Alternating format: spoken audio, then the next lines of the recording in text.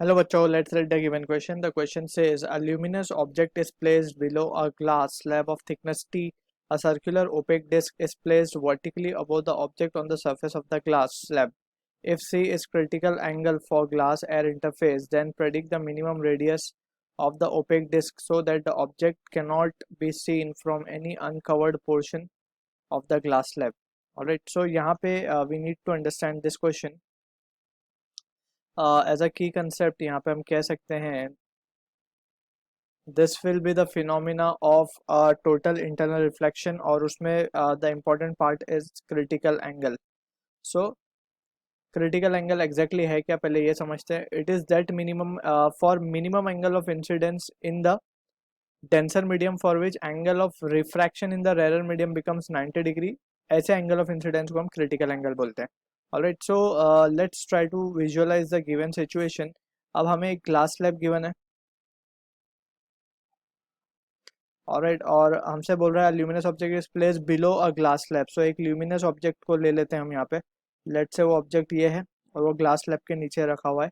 Alright, सो अब यहाँ से जब लाइट रेज चलेंगी इस ऑब्जेक्ट से, so it will move from denser towards rarer medium. Alright, so ये जब चलेंगी तो लेट से ये गई एंड एट अ पर्टिकुलर और the minimum angle of incidence जो कि बराबर होगा क्रिटिकल एंगल के, for which the angle of refraction in the rarer medium becomes 90 degree. Alright, so ऐसे एंगल पे ही हम क्रिटिकल एंगल को फाइंड कर सकते हैं.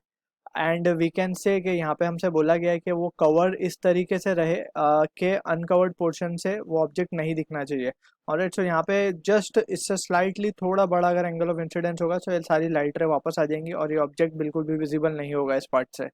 Alright, so let's for calculation purpose we are taking angle of incidence such that angle of refraction in the rarer medium becomes 90 degree. So अब यहाँ से ही सेम फिनोमिना यहाँ पे भी अकर होगा. यहाँ से रे चलेगी. ऑलराइट, यहाँ पे ये हमारा नॉर्मल हमने ड्रॉ कर लिया.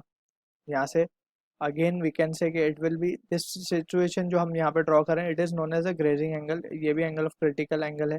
अब यहाँ से we can draw some geometry use करके we can try to find the value of radius.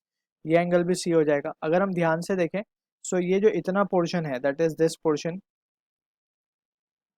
It is been covered with this disc. Already ये डिस्क से कवर किया हुआ पोर्शन है and we have been asked to find the radius of the disc that is this much portion are. So from the figure हम कह सकते हैं कि जो 10c की वैल्यू होगी, 10c क्या हो जाएगा हमारा, थिकनेस हमें इसकी गिवन है t. तो 10c will be opposite upon adjacent that is this. So r की वैल्यू क्या आ जाएगी, r की वैल्यू आ जाएगी t that is thickness into 10c.